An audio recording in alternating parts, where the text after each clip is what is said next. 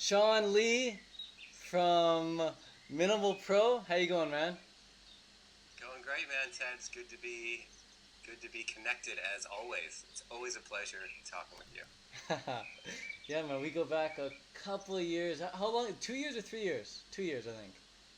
Well, let's see. Our first interaction was probably my 500 squats a day video that I sent you a long, long time back, just to get True. some coaching from you. Yeah. Uh, and then a little over 2 years ago, when I was living in Chiang Mai and you were in Canada, I hired you to do some more diet and fitness coaching with me. And yeah, we've always kept in touch ever since. So we just need to check the date on that 500 squat YouTube video if it's still up there. Oh man, that must be late 2012. I don't know, 2012 or 2013. Yeah. It's in there. It's in there. In that spectrum. Yeah, amazing. Time, as they say, flies. Yeah, you made some kind of video. You know, it was at the beginning of my vegan career, and I was still trying to figure out how to be vegan and healthy and make it all work for me. And you made a video that said, if anyone out there is going to record themselves do 500 squats straight, send it to me, and I'll give you one free coaching session. And I was like, I've never done that, but I want to talk to Ted, so I'm going to do it. I'll figure it out. I didn't do it all in one go, but Yeah. you made it work. Amazing, bro. You must have been sore for many, many days after that. Yeah, definitely. 500 squats. Done it like 3 times in my life, and every time I've done it, sore for a week. Sore for a it week. was quite the feat. Don't necessarily recommend it for everyone. So what are we talking about today, Ted? What's on the agenda? How can we help your audience? Why would your audience care about Sean Lee? Today, I'd love to hear about your entrepreneurial life. Yes. Now, when it all started out, were you like a college dropout, or were you unemployed, or what? Oh, okay. Good question. First of all, I want to share something interesting that I just realized is a shift in my thinking the other day. Last week I met Bob Proctor, and one of the first things he asked me was, how much do I make in a year? And I caught myself in some past focused thinking. The first number I wrote down was the number from my 2015 last year's tax return. That was the number I wrote down for how much I make in a year. But I realized that is living in the past. If I look at what my business is making now, what we made last month, what we're going to make this month, I make $1 million a year. And that was the first time I ever let myself think that way. That, wow, my business made $90,000 last year. We're going to make more than $90,000 this year. This is $1 million a year company. The number I wrote down was way smaller than that because it was an old, outdated number. Right. So as far as where I'm at now with my entrepreneurial career, I own $1 million business now, which is the first time I realized that and let myself say it and feel it. Yeah. And that was a big breakthrough for me, I think. But where did I come from? I'm a very classically trained entrepreneur, I think, because I went to a 4-year business school, university in America. I graduated with a degree in business, in finance, with a minor in entrepreneurship. So No way. if you want to connect the dots looking back, it would all sort of make sense. Wow. But I had plenty of failures along the way, and I took a lot more away from books like The 4-Hour Work Week or books like Rework than I did from all the time in university. I think a lot of people would say university is more about who you meet than what you actually learn. Yes, bro. Every story. Yeah. Wow. So that wait, we gotta pause right there. That is so powerful what you just said. Okay, so you spent thousands of dollars going to university, I'm sure, a couple years at least, and many hours in there, and Yeah. you took more away from reading a book that took maybe 20 hours, the 40-hour work week, and a book that took maybe 10 hours, a rework, to read, Yeah. So Well, because you and I talk about these two words all the time. The two words are self-image. And 4 years of university did not do anything to change my self-image and my relation with wealth and becoming wealthy and earning money. But the one book, The 4-Hour Work Week, in almost an instant changed my self-image that I can earn as much money as I want and never have to work more than 4 hours a week. This was a total breakthrough in my self-image, what was possible. That never happened in university. University, I memorized a lot of facts and figures and names. I think my cheekbones are going to be, or my cheek muscles are going to be very sore tomorrow from smiling so much in this conversation, man. That's great. Ear to ear right now. Me too. I can Nice. connect with this. I hope people listening can connect as well. That's powerful, man. I love what you said. I've never heard that before. It's like, yeah, university doesn't, there's no courses on changing your self-image in university. Yeah. All the courses. And then back to what I said about income, that was another big realization is there's no such thing as an annual income. Like, you don't make money annually. People get this locked into their mind that I make $50,000 a year, but you don't make money annually. You make money, or you earn money, minute by minute or hour by hour. I'm earning money while I'm sleeping. So to lock yourself into this is how much I make, I think is a very limiting belief, because no one has ever made money in an annual period. True. Like, you can look back, this is how much I've made in the last year, but your ability to earn money changes every single second. That's it. Yeah, you can only look back and say, yeah, this is how much I made last year. Right. But as far as this year goes. That's a big shift for me. Now, with your biggest success, you said you made many failures, like I'm sure almost every entrepreneur does. With your biggest success, what would you say your biggest success is in terms of the companies you started? My biggest financial success as of May 2016 is my business, HD Piano, hdpiano.com. We teach millions of people around the world how to play their favorite songs on piano. So, people go on YouTube, they type in HD Piano, and your site comes up, or your channel comes up, and then they... Yeah. One of our hundreds of lessons will pop up. They'll watch that video for free on YouTube. And if they want to learn the full song or some of our other songs that aren't available for free, they click the link in the video description, go to our website, and they'll sign up for a free trial to watch all of our videos.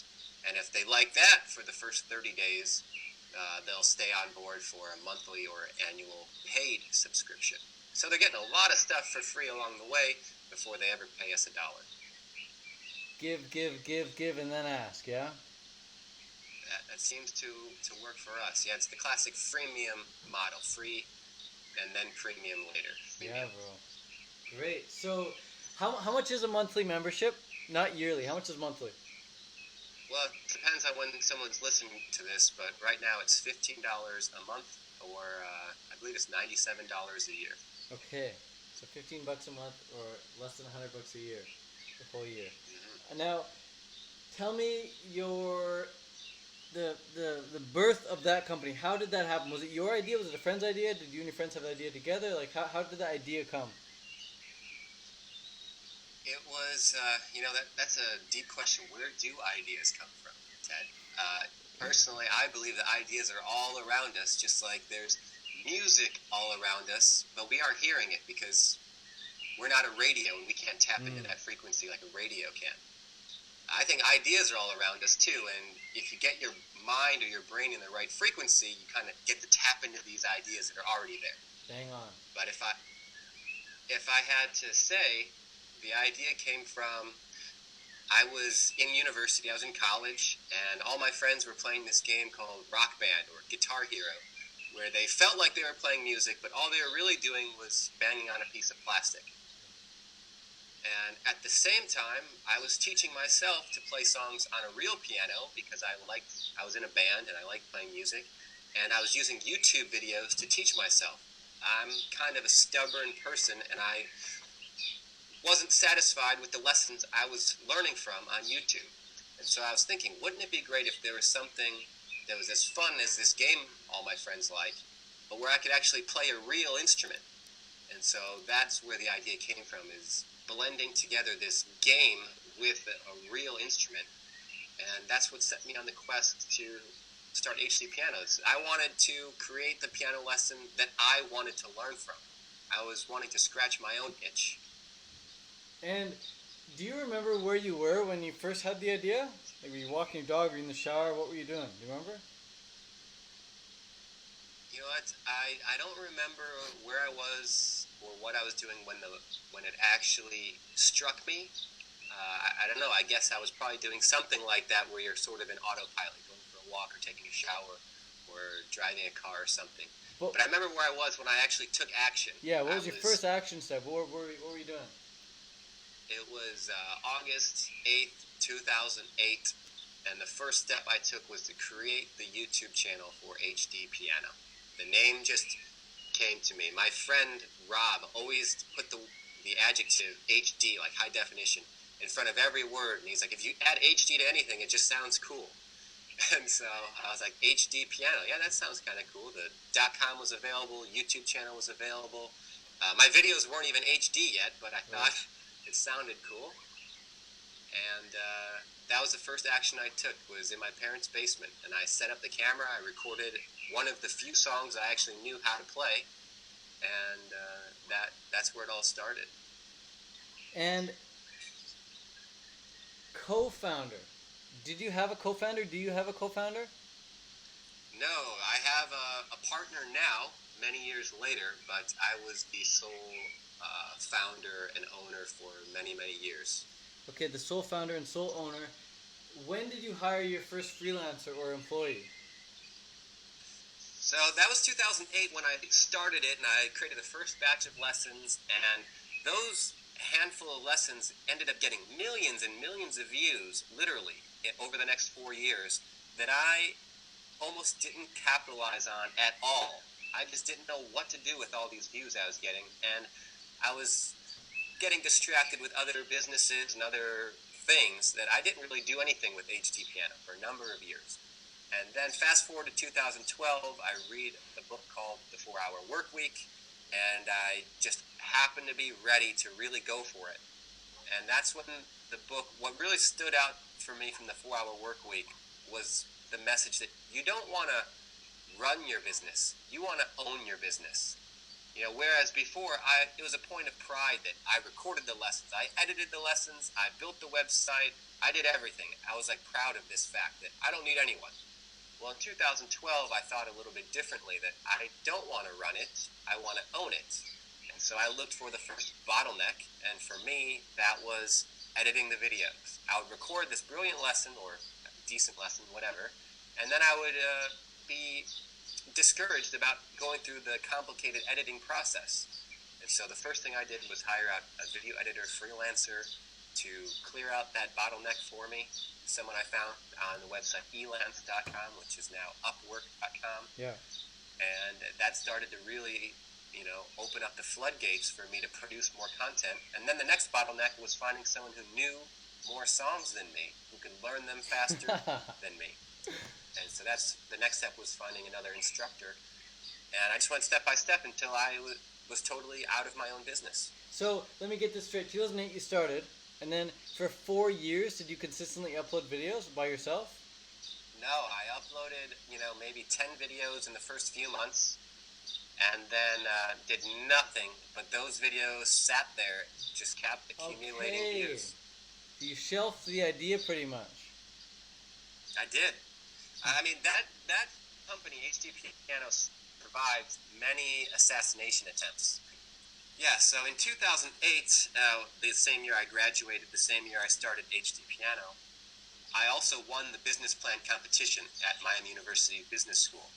And come 2009, one of the judges of that competition got back in touch with me. He is a venture capitalist in Chicago. Said, you know what, that plan you won with? I actually want you to start it.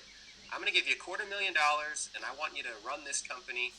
And he was going to invest. But one of the conditions was I had to be all in. And he said, this HD piano thing you got on the side, it's great, but I don't care how you get rid of it, just get rid of it.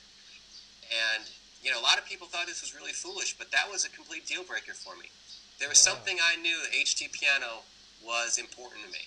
And I was not going to get rid of it to start this other venture with this investor. So that was one thing HD piano survived. Even though I wasn't making any money off of it, I didn't let it die there. Right.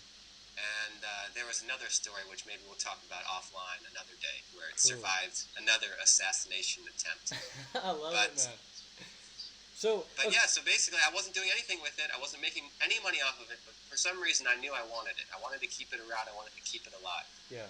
And I passed up other opportunities in order to do that. Because you knew the potential it had, right? You knew it could benefit people. I did. And I knew that it was something that I really wanted and really loved. And now, today, it's like I can learn any song that I want to learn on piano today. I can learn it in one day using my website. Right. I love it, man. I love it, love it, love it. Useful. Very useful. Yeah. So, okay. So, no co-founder. Did you think at one point you needed a co-founder? Or you never wanted, you purposely avoided it? Well, once it was founded, the idea of a co-founder was kind of obsolete. But, yeah, I think every time you think about hiring someone, at least it's kind of natural to feel the sense of panic, and you think like, oh, I need someone to like save my business. And the first instinct is like, all right, I need someone to like come in here and like become a part owner and just like save the day. Yeah. And I think I felt that with the video editor. I think I felt that with the instructor. I think I felt that with programmers. Like I just need someone who's really gonna love it as much as I love it. Give them 10% or whatever and save the day. But then if you take a step back and say, all right, what do I actually really need done here? And if you can get this on a sheet of paper, I need X, Y, and Z done. I'm willing to give them A, B, and C.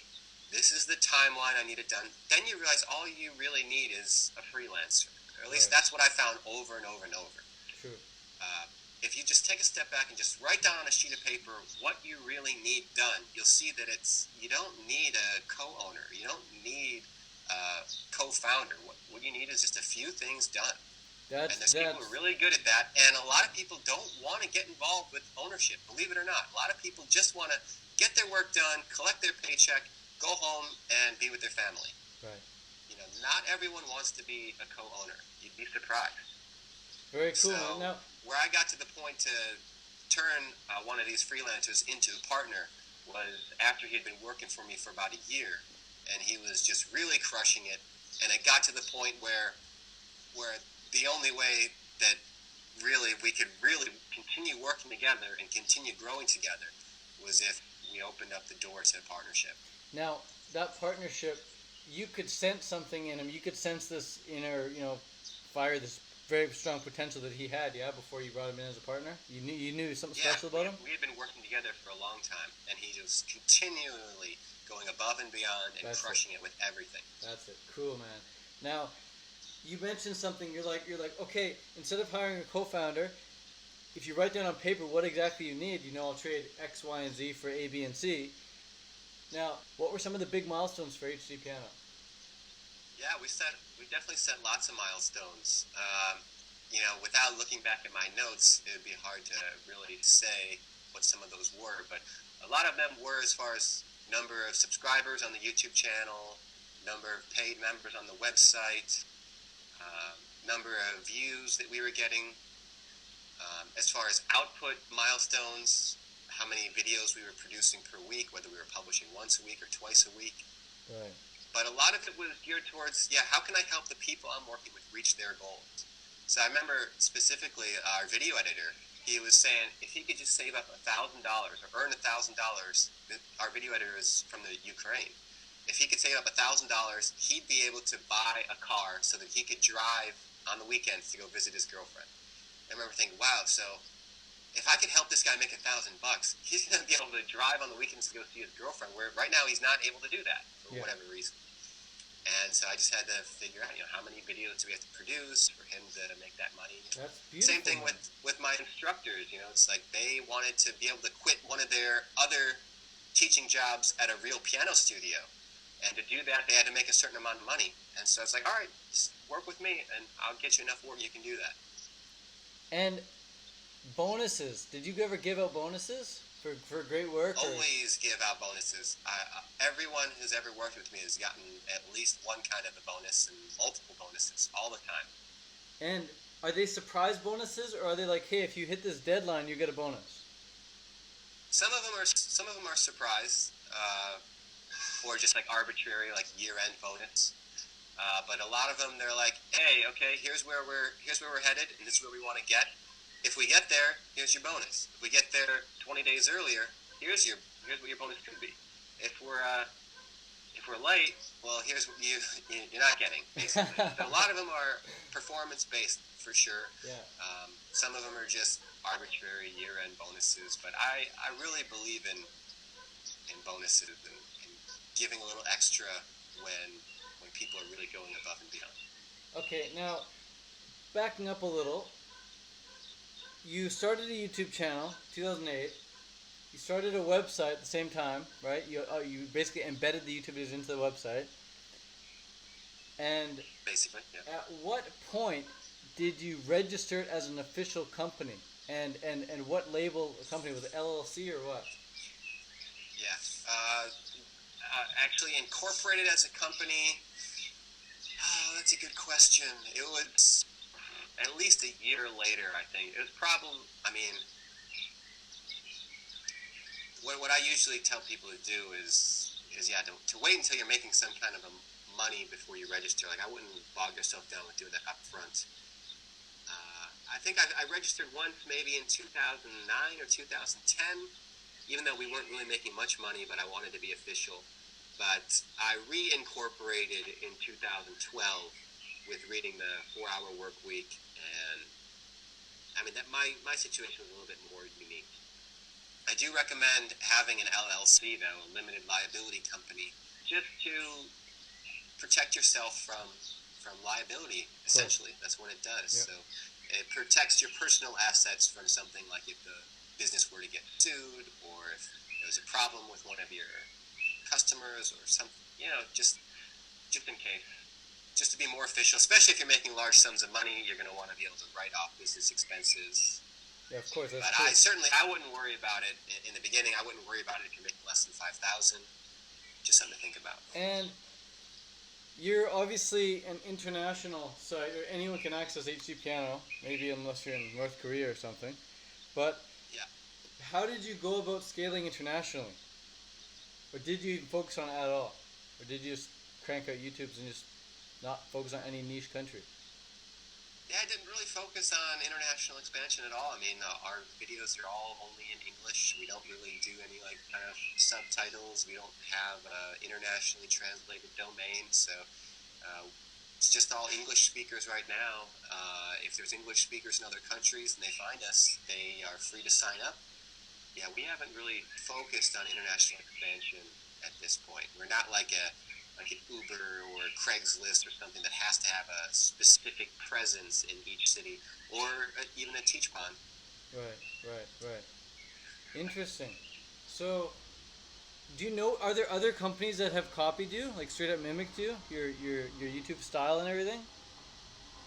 Any clones? I'm sure there are, yeah. I think the word HD piano has become like the Kleenex of piano lessons. I remember I thought that was funny the first time that I would search HD piano on YouTube, and I would see other people's lessons pop up that said like HD piano lesson. Wow. Yeah, sure, it could just be it's a high definition video, but you don't see any HD guitar lessons titled that way. The Kleenex, idea of a video piano lesson became synonymous with HD piano. Yeah. Wow, I love it. Yeah, you created like a very specific market there, man, and you branded the name too, like Kleenex. Yeah. So powerful. Okay, and let's talk about hosting your website online and making sure your site doesn't go down. Is there a specific company that you use to host your site, or like what web service do you use? Yeah, I use a hosting company called WP Engine. Oh yeah. They are a WordPress specific host based out of Austin, Texas, and you get a lot of benefits if your website is a WordPress website, which I think there's about 1 billion WordPress websites today. Working with a WordPress specific host means you get a lot of stuff automatically happening for you that you don't have to worry about, like automatic updates and backups and security measures and things like that you don't really have to worry about. So I do recommend, if you have a WordPress website, which I think most people do, get a WordPress specific website host. I use WP Engine. And are there different plans different tiers of plans you can get?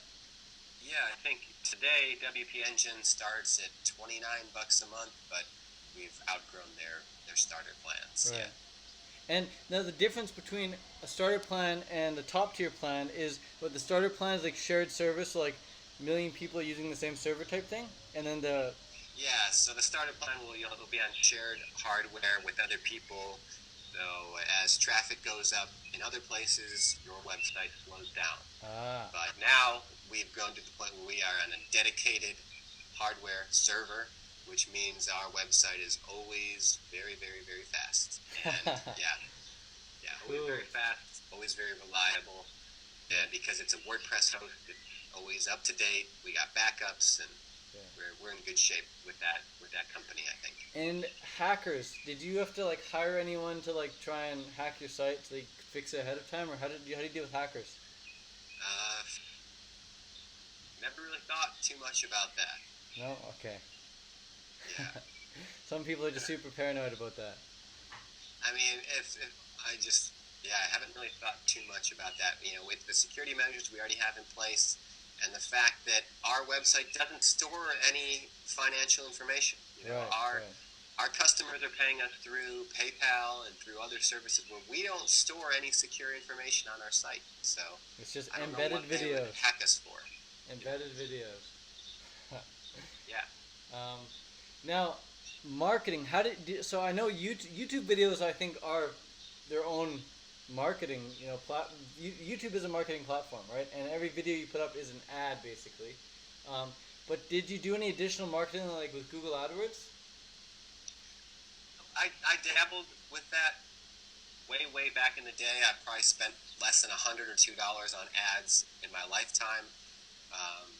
But yeah, since we're teaching music people really want to learn, we have never really had to buy ads. No, we don't currently buy or pay for any ads. Beautiful, man. But on the flip side, since we're teaching copywritten music and popular music, we do pay royalties to the content owners and the publishers and things like that. So that can almost be seen as ad expenditure.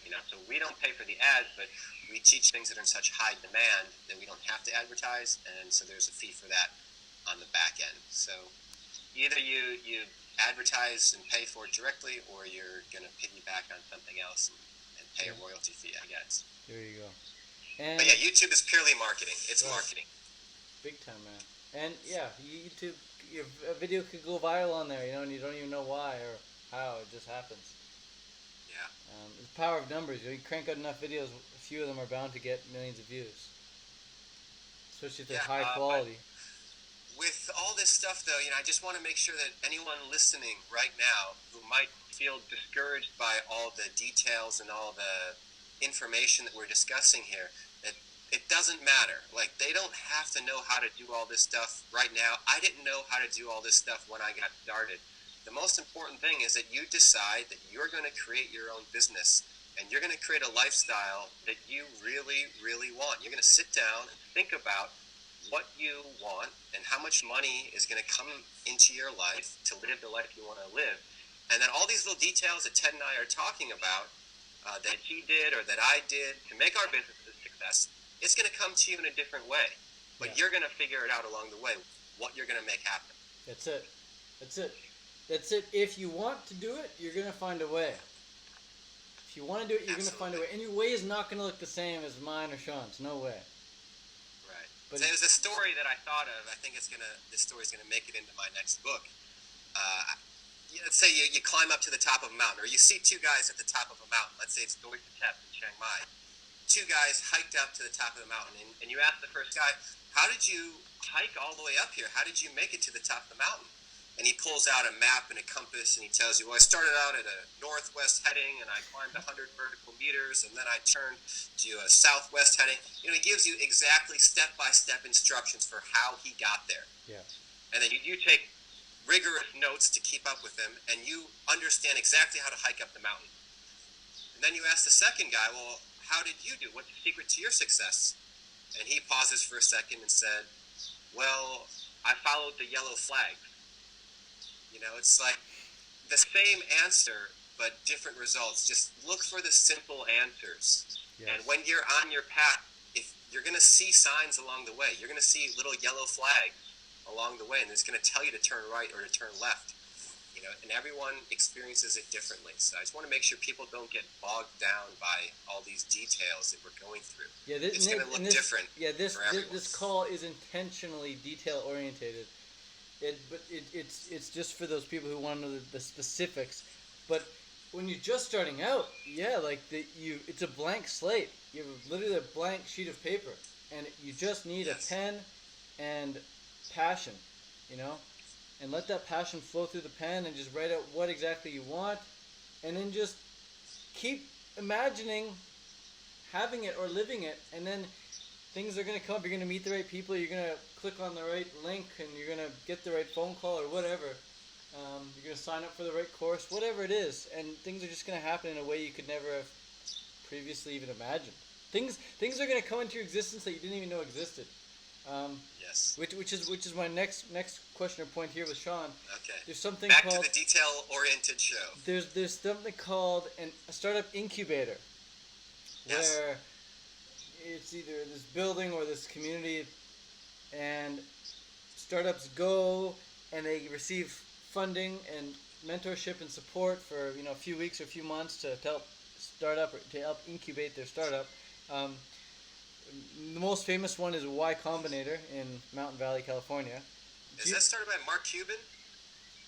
Mark Cuban? Nah, I don't know if he had any involvement with Y Combinator. Okay. I'm sure he has some with other incubators, maybe. But okay. Do you know of anyone who's gone through an incubator? I don't think I've met any entrepreneurs personally or discussed with them, or if I have, it's slipping my mind. Okay. No, I don't believe so. Not a incubator like the one you've just described. No. Okay. Have you heard of Y Combinator? Yeah, I've heard of them. I understand what they are conceptually. I don't have any personal experience with them, though. Okay. There's thousands of them, but the most popular one is Y Combinator, and the reason Y Combinator is the most popular is because they helped companies like Dropbox, they help companies like Airbnb, they help companies like Stripe get started and make them big. But the only reason they got into the Y Combinator in the first place was because the vision was so crystal clear, and the founders, they knew exactly what they wanted to do. So yeah, you're only going to really receive funding if you're crystal clear on your idea. It doesn't even matter what the necessary idea is, it just needs to be clear and concise in the founder's head, and the founders need to be very confident that they're going to be able to execute. If you haven't spoken to anyone who's gone through those incubators, then we'll skip on that. And next question. Well, I can offer some point of view, perspective on that, is that I have gone down the route of having investors and advisors and things like that, versus HD Piano, which was completely bootstrapped off of the $150 I had in my pocket when I started it. Okay. And if I could do it all over again, or if I was starting something new right now, I would go the bootstrap route personally, because I think they said this in the book Rework too, is when you bootstrap, your focus is on earning first. You have no money, you're focused on making and earning money. But when you get someone to write a check for $1 million, which I've been in that situation, you're focused more on how to spend money. So there's huge successes like Airbnb and Dropbox that have come out of these incubators and that have worked well with investors, and I'm not going to deny that. But I think for a lot of the people, at least who follow me and maybe who would be following you, they're more intimidated by that, and they would think that, if I don't have money now, I can't do this. But there's just as many success stories that have made it huge without any investors and any advisors, and I prefer it because now there's no one telling me how to run my business. Yeah. And there's no one telling me that I have to prioritize profits over service, or telling me anything to do with my business. Or I control my business the way I want, and I have full responsibility, and I reap the benefits for that. So me, I don't really vibe with the get a lot of money, have all these people tell me what to do, and it's going to be a guaranteed success. I'd rather roll the dice and have more control, if you ask me. Do you use BaseCamp for HD Piano? Yeah, I've been using BaseCamp for years. Wow. I love BaseCamp. I love 37 Signals. Yeah. 37 Signals, rest in peace, bro. Didn't they change the name? Obituary that I don't know about? Well, yeah, they changed the name officially to BaseCamp, right? Oh, okay. I see what you mean. So the name is RIP. Okay. But yeah, BaseCamp. I love BaseCamp. Cool. And now, Jason Fried, the author of Rework, right? Yeah. And he bootstrapped the shit out of BaseCamp. He took no funding. They still haven't taken any venture funding. I think he's gotten some investment from a friend or something. Maybe Peter Thiel or something. But no VC funding, and he loves it that way. He just loves the absolute freedom. He doesn't have to, report to anyone but the customers. And he was one of the OG role model for me. Like I read an article when I was living in Chicago, doing the opposite of what he was saying, and I read an article interview of him before I read Rework. How he'd wake up, he'd sleep, or he'd wake up with no alarm. He wouldn't check email first thing in the morning. He'd sip a cup of coffee and check his team, which was totally distributed around the world, and they were making $1 million a month, and most people didn't even meet face to face. I was like, whoa, that's amazing. Yeah. He didn't have to answer to anyone, and I think that's really what I wanted more than anything, because at the time I was answering to a lot of people I didn't want to answer to just because they were writing me checks. That's it, man. That's it. There's always thick strings attached to money being given to you. Yeah. So it's up to you whether you want to go that way. Maybe you can you leapfrog some people and have slightly higher odds of success if you want to take those checks and if you win the slot to be in that thing. Right. But for me, if I was doing it, starting from scratch, I would move to Chiang Mai, Thailand. I would get into these co-working spaces, which is like the free version of an incubator. Right. And I would surround myself with people in Chiang Mai or whatever city I was in who are hustling. You're the average of the 5 people you spend the most time with. So the incubator is successful because you're around all these other people who are hustling and focused on winning. Yeah. You can find that somewhere else without having to take these checks and have people tell you what to do. Go to a co-working space. There's co-working space in every city. Go to Coworker.com. Find a co-working space in your area. You're going to surround yourself with people who are hustling and focused on winning, and you can benefit from that without having to answer to all these other people to tell you what to do. That could have been the most potent 30 seconds of this whole call right there, man. Well, there you go. There's your soundbite. There's Coworker.com. Check it out, guys. I personally have never been to that site, but I can imagine it must be pretty kick-ass. Sean's going to... Yeah, so Coworker.com was founded by a guy named Sam Marks, who I met in Chiang Mai, who sold his e-cigarette company for $100 million. No way. And, yeah, so he did a talk at the Nomad Summit the same day that I was talking, and we hit it off. There's an interview on my channel. Search Sam Marks before his $100 million buyout. So there's an interview on my channel with Sam Marks. He started Coworker.com because he believes this nomad movement is going places. He believes there's going to be 1 billion nomads by 2030, and he is preparing for the arrival. Yeah, I love it. He's buying properties in Chiang Mai. He's starting co-working websites. He believes in it. Now, when I do group swims, or group runs, or group bikes, I feel like success is guaranteed. I'm swimming with better people than me. I'm running with better people than me. I'm cycling with better people than me. And just subconsciously and in my heart, I know that if I keep doing this, I will get to their level. There's no way I can't. When you do what they do, you get what they get. So when I go to these co-working spaces, like even at Maya Mall, they have the AIS camp there, where just everyone's just hustling. Everyone's just heads down, in the books, on the computer, on their tablets, working, getting shit done, on the calls. When I'm there working, it's the exact same feeling I get as when I'm swimming, biking, or running with better athletes than me. Definitely. It's just... Yeah, you rise to the expectations of those around you. That's it. When people are crushing it around you, you're going to crush it better than you would home alone. But more than just being around there, I think you get that absorption effect by just being in the environment. You have to connect with these people. Like if I ask you, Ted, or whoever's watching this or listening to this, who do you interact with on a daily basis who knows how to run your business better than you? Knows how to grow your business better than you? You have to be able to name at least one person. Right. You have to have someone in your inner circle who knows how to do what you want to do. And you'll find that person at your local co-working space, or they'll introduce you to that person. Yeah.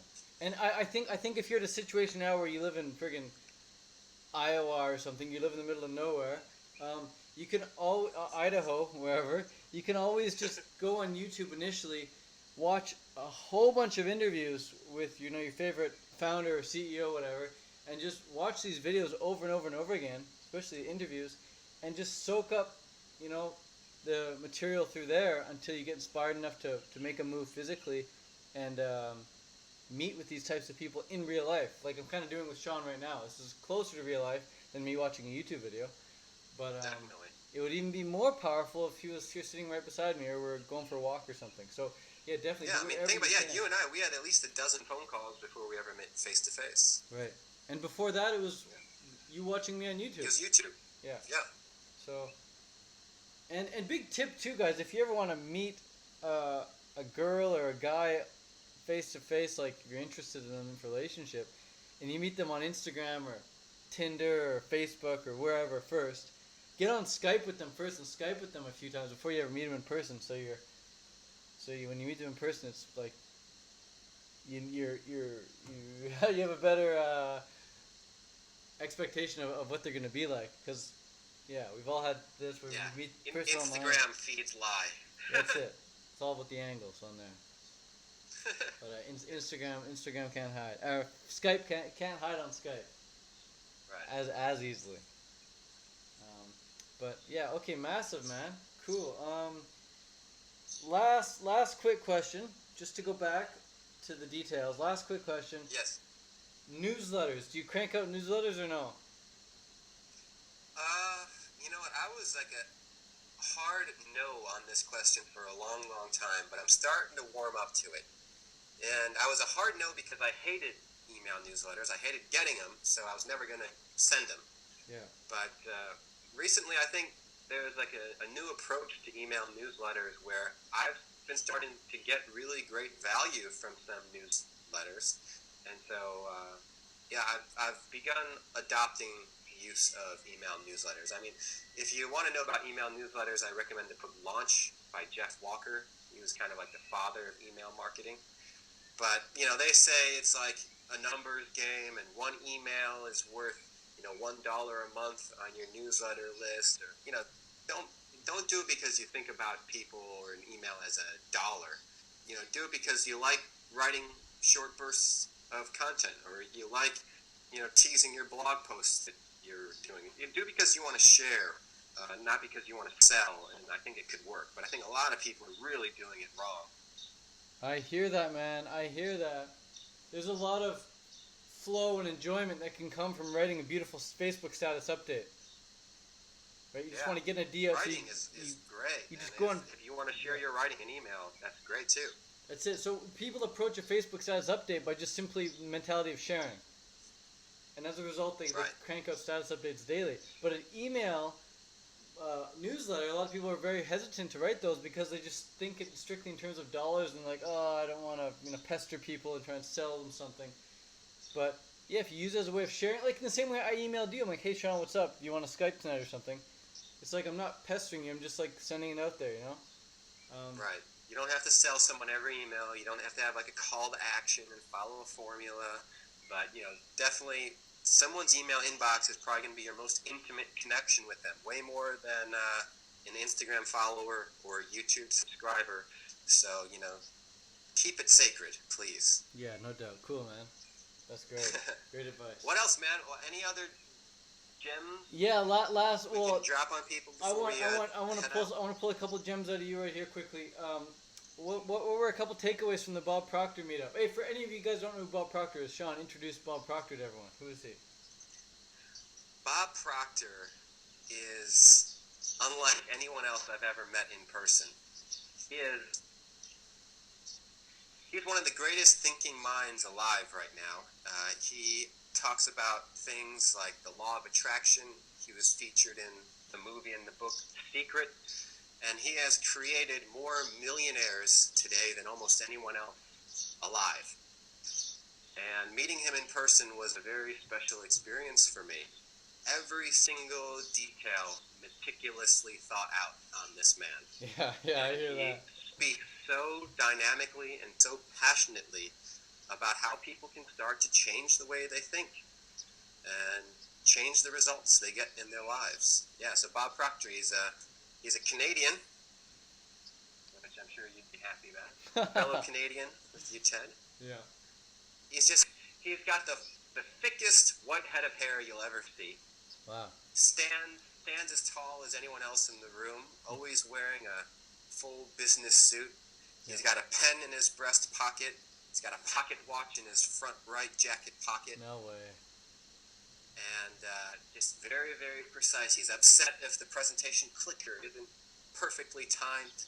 He's got a copy of the 1937 edition of Think and Grow Rich in a zippered case inside his roller suitcase on stage with him. Same copy as the first copy, right? With the first edition. Yeah, first edition. And he's just really precise. Everything in his life has been very deliberately thought out. He knows how to turn visions into reality. And I went to meet him to sort of, I don't know the right word to use, to see things that I didn't know I wasn't seeing, I guess. And for me to help build my vision for where I could go next. And I think I got exactly what I was looking for. So just to know, this was a 1-week seminar. A 1 week? I paid, 1 week seminar? Well, it was 5 days of events. Bob only led 2 of those days. And the other days were with other speakers. And to be frank, I skipped most of the other events. I went there just to meet Bob. Yeah. And it was awesome. It was really, really awesome. And I got much more clear about the book that I'm writing and the impact I'm making and the message that I'm promoting. And it was a good week for me to get clarity on my vision. Yeah. So with your own self-image, what areas now is Sean working on with his self-image? Is he focusing on what? Relationships, spirituality, travel, finances, startups, what? What is it? I finally began to see myself as a best-selling author. Love it. Yeah. Before it was like I was writing here and there. I wanted to have a book. I thought that I would have a book. Finally, for the first time, I felt what it was like for millions of people to know about my book, to have their life changed by my book. Right. And it was a really powerful vision. Yeah, it woke me up out of bed late at night, and my girlfriend was sleeping. I didn't want to disturb her, so I'm in the bathroom with my notes and the light on. It must have been 1 a.m, just furious with energy and excitement and putting visions together on paper. It was a very special thing. You can't bottle that up. You can't bottle it up. You can't plan it. You can't schedule it. And I was so happy that it came. Oh, man. And by you sharing it like you just did with us and with me, now I hold that image of you. Now I see you as a best-selling author. You know? And yes. Like now I hold that subconscious expectation of you. And they've done this study, this psychology study where they took teachers and they told teachers, okay, this group of kids are very, very smart. These kids are like geniuses, and then these kids are pretty dumb. Don't expect much from these kids. So sure enough, by the end of the year, the kids who were labeled the geniuses, they got really high grades, and the kids that were labeled really dumb, they got really low grades. But what the teachers didn't know was that at the start of the year, they just randomly picked a bunch of kids and they were assigned these labels. But the kids were neither smart smart nor dumb. They were just regular kids. But the teacher's expectations of them created that report card grade. That's crazy. I mean, that kind of experiment would be seen as so unethical these Yeah. days. That's amazing they pulled that off. Mm-hmm. But yeah, and so this is huge for parents even. You know, parents, they so innocently have these negative expectations of the kids. They say like, "Oh, Susie can't dance. She's a horrible dancer." Whatever. Or we say, "Oh, Michael, he's just lazy. That's just the way he is." And the kids adopt that image. Yes. And the parents don't even need to say it to the kid either. They can just think it and feel it, you know? Yeah. And Totally. we pick up on that. So by you sharing your vision like that, man, by saying, you know what, like, I'm starting to see myself as a best-selling author, I can clearly see you as a best-selling author, you know? And so this energy can just circulate. You know, you put it out, it comes right back. It happens so clearly. And if you remember, late last year, we were in a mastermind group together, and we were sitting in my living room in Chiang Mai. I remember it like yesterday, bro. Yeah, we were talking about, you know, our dreams and our goals, and one of the things I wrote down was to give a TED Talk. And I couldn't see it then, you know? It was like an intellectual want.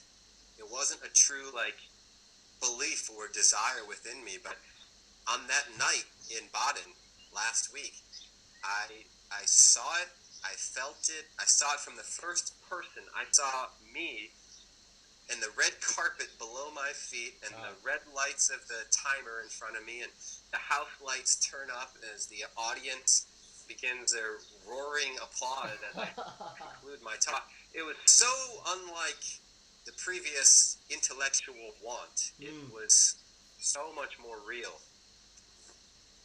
Yeah. Beautiful, bro. It's different. Beautiful. Yeah, so when a lot of people, oh man, we could go on, we could talk forever, but it's just, the point is just find what you absolutely are obsessed with, that you can't not think about, and just go for that. Forget everything else. Yeah. All right, so here's you asked me what's the one takeaway from Bob Proctor, Week with Bob Proctor. Here's the one takeaway that I think I really resonated with, and I think a lot of your listeners would resonate with. And the one concept was the 3 different types of goals that are out there. And he talks about A-type goals, B-type goals, and C-type goals. And your A-type goals are goals that you know you can do. You know, like, Ted, what's your best 5K time right now? 16:55. All right, so if you set a goal that says I'm going to run a 5K in 16:55, that's absurd because you know you can do that. Yeah. All right, so A-type goals are goals you know you can do. Now, B-type goals are goals you think you can do. So if you set a goal, I'm going to run a 5K in 16:50. Say, okay, I can shave off 5 seconds, 1 second per K, or whatever it is.